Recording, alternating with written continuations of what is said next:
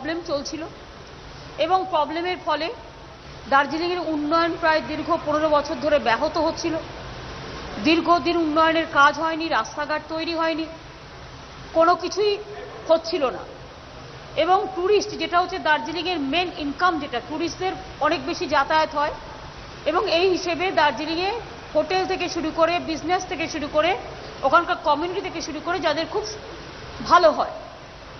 এবং আপনারা হয়তো জানেন না অনেকেই, ইতিমধ্যে যখন আন্দোলন চলছিল যে বিজনেস কমিটি তারা যে ট্যাক্স দিতে পারেনি বা নানা রকম সমস্যা ছিল, সেগুলো আমরা কনসিডার করে দিয়েছি, তাদের ট্যাক্সটাকে ওয়েভ করে দেওয়া হয়েছে এই জন্য যে দার্জিলিং ভালো থাকুক এবং সমতলও ভালো থাকুক, এটা সুন্দরভাবে করার জন্য।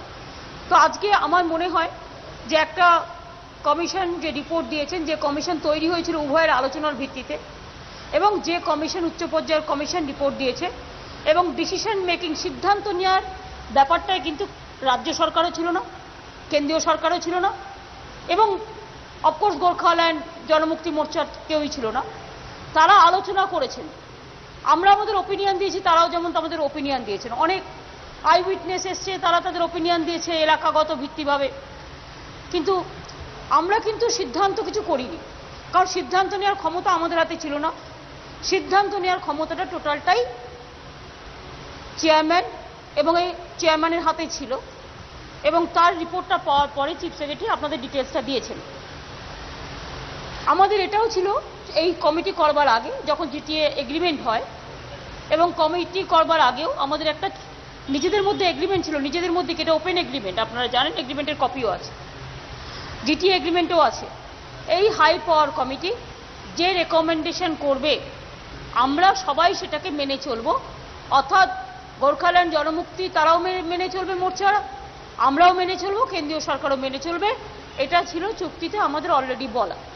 সেই অনুযায়ী আমার আবেদন থাকবে, আমরা সরকার, আমরাও যদি চুক্তিতে বলে থাকি যে আমরা মেনে চলবো, তাহলে যে কমিশন যে রিপোর্ট দিয়েছেন উচ্চ পর্যায়ের কমিশন, যেহেতু এটা একটা ইম্পর্টেন্ট কমিশন, নিরপেক্ষ কমিশন, অটোনমাস কমিশন, তাদের রিপোর্ট সসম্মানে আমরা মেনে চলব।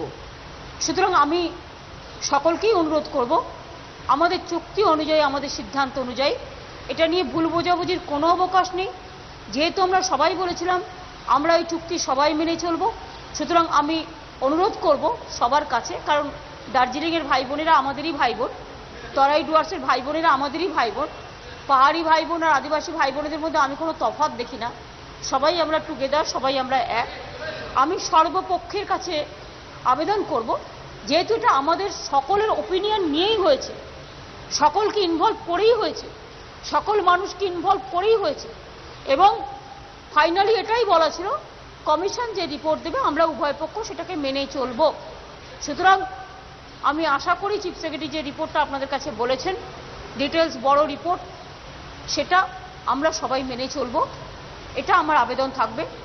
দার্জিলিংয়েও আমার অনেক টুরিস্ট ভাই বোনেরা আছে, লক্ষ লক্ষ মানুষ দার্জিলিংয়ে গেছে এবং যাচ্ছে, কারণ গরমকালে বেশিরভাগ আমাদের সকলে, গরম হোক শীত হোক, দার্জিলিংকে সবাই ভালোবাসে, সবাই যায়। সুতরাং তাদের যদি কিছু বলার থাকে প্রশাসনিকভাবে, তারা আমাদের সাথে কথা বলতেই পারে, সেটা আলাদা, কিন্তু এই চুক্তি অনুযায়ী আমরা যেটা চলছি, এবং আজকে এই রিপোর্টটা পাওয়ার পরে অনেকটা কাজই আমাদের সমাপন হয়েছে, যেটা হচ্ছে যে আমরা ভাবতে পারিনি রিপোর্টটা তো তাড়াতাড়ি পেয়ে যাব।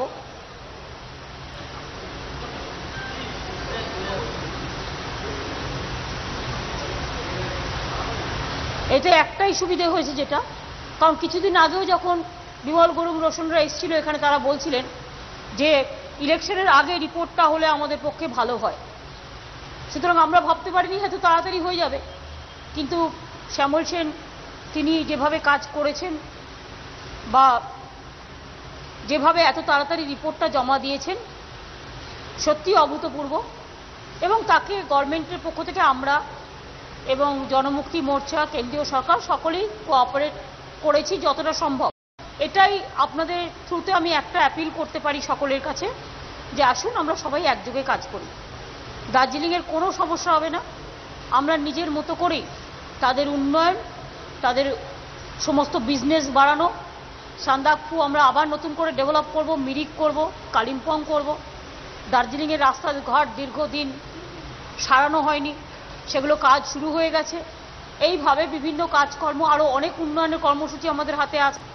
বিদ্যুৎ প্রকল্প থেকে শুরু করে রেলের যতটুকু পেরেছিলাম আমি করে এসেছিলাম, আরও অনেক আছে। তাছাড়াও উন্নয়নের যেসব কাজগুলো ট্যুরিজম থেকে শুরু করে হর্টিকালচার থেকে শুরু করে সব কিছুই পড়ে আছে, আমরা করব। আমার এটাই আবেদন থাকবে যে আসুন সবাই মিলে আমরা পাহাড় থেকে সমতল উন্নয়নের কাজে নিজেদের সকলকে যুক্ত করি। সুতরাং এই হিসেবে আপনারা যদি দেখতে চান তাহলে আমার মনে হয় এটা একটা বড় কাজ, এবং কাজটা সকলের সহযোগিতা পেয়েছি বলেই হয়তো কমিশন তাড়াতাড়ি রিপোর্টটা দিতে পেরেছেন। এখানে কমিশনের ভূমিকা পালন করেছে, আমাদের থেকে যতটুকু চেয়েছে আমরা ততটুকু আমাদের দায়িত্ব পালন করেছি, এবং বিমল গুরুংয়ের দল বলো তারাও যতটা পেরেছেন তারাও সাহায্য করেছেন। তরাই ডুয়ার্সের আদিবাসী পরিষদ থেকে শুরু করে মানে যারা আছেন বা জনমুক্তি মোর্চার সকলেই তারাও টাইম টু টাইম এসছেন কমিশনের কাছে, তাদের ইনফরমেশন, তাদের ডেপুটেশন, তাদের ডেলিগেশন সবই দিয়েছেন, তারাও করেছেন। সুতরাং আমি মনে করি যে দীর্ঘদিনের একটা জ্বলন্ত সমস্যা, এই সমস্যার সমাধান হয়ে সবাই ভালো থাক, এটাই আমাদের বলার। সেটাই আমি আপনাদের কাছে একটু বলে গেলাম।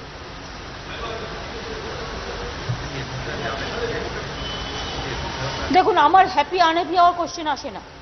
কোশ্চেনটা হচ্ছে আমার এগ্রিমেন্ট অনুযায়ী আমরা সহমত ছিলাম, উচ্চ পাওয়ার কমিটি, উচ্চ পর্যায়ের কমিটি শ্যামল সেনের নেতৃত্বে আমরা সবাই মিলে যুক্তভাবে তৈরি করেছিলাম, এবং এই কমিটি যা রিপোর্ট দেবে সবাই মেনে নেব বলেছিলাম।